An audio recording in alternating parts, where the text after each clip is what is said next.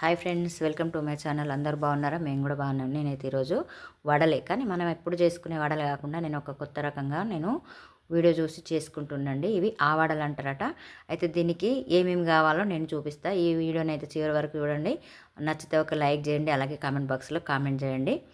ఇవైతే లోపల మంచి మెత్తగా పైన క్రిస్పీగా వచ్చినాయి, చాలా చక్కగా అనిపించినాయి. నేను ఎప్పుడు ఇట్లనైతే చేయలేదు, ఒకసారి ట్రై చేద్దామని చేసిన. చాలా బాగానే ఉన్నాయి, టేస్ట్ కూడా మంచిగా ఉన్నాయి. దీనిలో కొంచెం మనం మసాలా పౌడర్ వేసుకొని తింటే సరిపోతుంది. అయితే ఒక గ్లాసు కానీ కప్పు కానీ కొలత పెట్టుకోవాలి.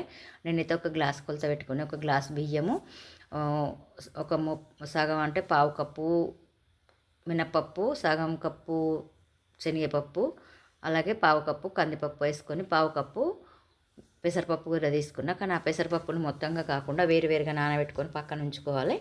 పక్కన ఉంచుకున్న తర్వాత దీనిలోకి పప్పు నానేసేపు ఒక 4 గంటలు నానాలి పప్పు. అయితే దీనిలోకి ఏమేమి వేసుకోవాలంటే, నేను జీలకర్ర, 1 ఇంచు అల్లం ముక్క, పచ్చిమిర్చి, కొత్తిమీరలు, తగినంత ఉప్పు వేసేది మిస్ అయింది, వేసుకొని మిక్సీ పట్టుకోవాలి. అయితే దీంతోపాటు మనం ముందుగా కడిగి శుభ్రంగా నానబెట్టుకున్నటువంటి ఈ పప్పు బియ్యం ఉన్నాయి కదా, ఇవన్నీ మంచిగా నీళ్ళు లేకుండా వంపేసుకొని కొంచెం కొంచెంగా వేసుకొని గ్రైండ్ చేసుకోవాలి. ఎందుకంటే బియ్యం కొంచెం గ్రైండ్ అవ్వడానికి టైం పడుతుంది. నేనైతే పప్పులతోనే వేసినా, మనం వేరే కూడా పప్పులు వేరే బియ్యం వేరే కూడా గ్రైండ్ చేసుకోవచ్చు. అయితే దీనిలోకి మెయిన్గా వేసేటువంటిది ఏంటిదంటే పచ్చి కొబ్బరి. ఈ పచ్చి కొబ్బరితో చాలా టేస్ట్ వచ్చినాయి. ఇట్లా బియ్యమే కాకుండా పచ్చి కొబ్బరి అనేది వేస్తే చాలా టేస్ట్ ఉన్నాయి. అయితే దీంతో పాటు మనం అన్ని కలిపి మిక్సీ పట్టుకొని మెత్తగా పట్టి పక్కన పెట్టుకొని, దీనిలోకి కొంచెం కరివేపాకు, అలాగే కొత్తిమీర, కొంచెం కలర్ కోసం పసుపు, అలాగే నేను పచ్చిమిర్చి సరిపోలేదు కనుక నేనైతే కొంచెం మిరపపొడి కూడా వేసుకున్నా. మీకు పచ్చిమిర్చి సరిపోయింది అనుకుంటే అవసరం లేదు, నాకు పచ్చిమిర్చి చాలలేదు కనుక మిరపపొడి వేసుకున్నా. నేను ఉప్పు అయితే మొదలే పచ్చిమిర్చిలో వేసి పట్టుకున్నది సరిపోద్ది. కొంచెం జీలకర్ర కూడా మళ్ళీ కొంచెం పైనుండి వేసుకుంటే చాలా బాగుంటుంది. మీరు టేస్ట్ చేసుకొని సరిపోలేదు అనుకుంటే ఇంకా వేసుకోవచ్చు. అలాగే మనం పక్కకు నానబెట్టుకొని ఉంచిన పప్పు ఉంది కదా, దాన్ని ఇప్పుడు వేసుకొని కలుపుకోవాలి.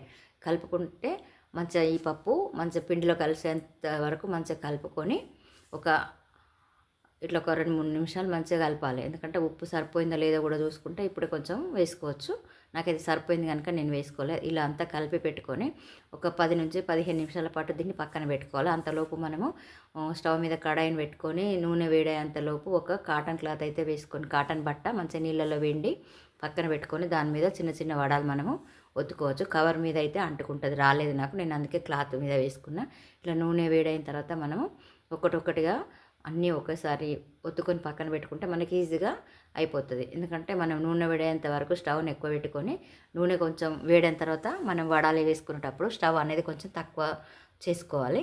ఇది ఒకటొకటిగా మనం చేసినవి అన్నీ వేసుకొని చేతికి నీళ్ళ కన్నా నూనె పదన పెట్టుకుంటే మనకి మంచిగా తీసుకొని వేసుకోవడానికి ఈజీగా ఉంటుంది.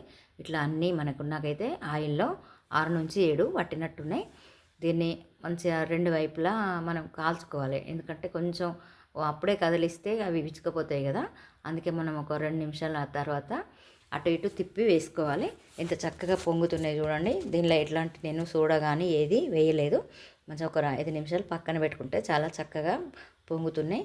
ఇవి పైన పొంగి లోపల మంచిగా ఉడికి చాలా చక్కగా వచ్చినాయి. నాకైతే చాలా మంచిగా అనిపించింది. టేస్ట్ కూడా పచ్చి కొబ్బరితో చేసినాం కనుక చాలా మంచిగా వచ్చింది. ఇట్లా 2 వైపులా మంచి ఎరుపు రంగు వచ్చేంత వరకు 2-3 సార్లు అటు ఇటు తిప్పి వేసుకొని, మనకు ఎన్ని కావాలో అన్ని మనం పప్పు పట్టుకున్నది మొత్తం వేసుకోవాలి. ఇలా అన్నీ వేసుకుంటే చాలా చక్కగా వచ్చినాయి. ఇట్లా మంచిగా ఎరుపు రంగు వస్తేనే మనకు చాలా బాగుంటుంది కదా. మనం ఎన్ని చేసుకున్నామో అన్నీ అయితే చేసుకొని పక్కన పెట్టుకోవచ్చు. మీరు ఎప్పుడన్నా కావాలనుకుంటే ఇప్పుడు ఒక రకంగా కూడా కాకుండా ఇలా ఒకసారి ట్రై చేస్తే చాలా బాగుంటుంది. ఇట్లా అన్నీ చేసుకొని పక్కన పెట్టుకొని అయితే మనం సర్వ్ చేసుకోవాలి. దీనికి నేనైతే చట్నీ అనేది చేసుకోలేదు. కొంచెం నచ్చితే కొంచెం చట్నీ కూడా చేసుకొని తినొచ్చు, పల్లీల చట్నీ కానీ టమాటా చట్నీ కానీ. నేనైతే ఏ చట్నీ చేయలేదు, నేను ఉప్పు కారం కరెక్ట్ వేసిన కనుక ఇట్లా తినడానికి అయితే చాలా రుచిగా అనిపించినాయి. మీరు కూడా ఒకసారి ట్రై చేసి చూడండి. ఈ వీడియో నచ్చినట్లయితే లైక్ చేయండి, షేర్ చేయండి, కామెంట్ బాక్స్లో కామెంట్ చేయండి. Thank you for watching.